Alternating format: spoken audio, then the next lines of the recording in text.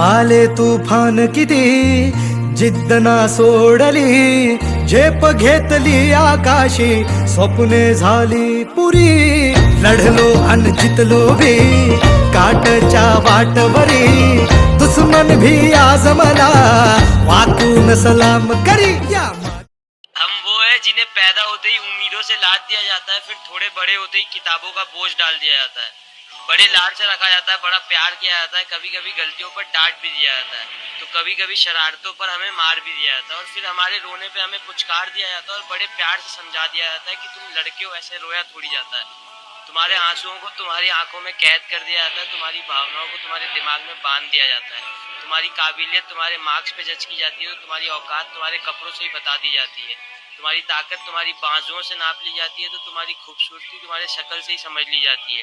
तुम्हारी नाकामयाबी पर तुम पर हंसा जाता है, तो तुम्हारी सफलता पर किस्मत का टैग लगा दिया जाता है, तुम्हारे प्यार को कितना इजीली चुतियापा कह दिया जाता है, तो तुम्हारी की गई चीज़ों को पागलपन समझ लिया जाता है,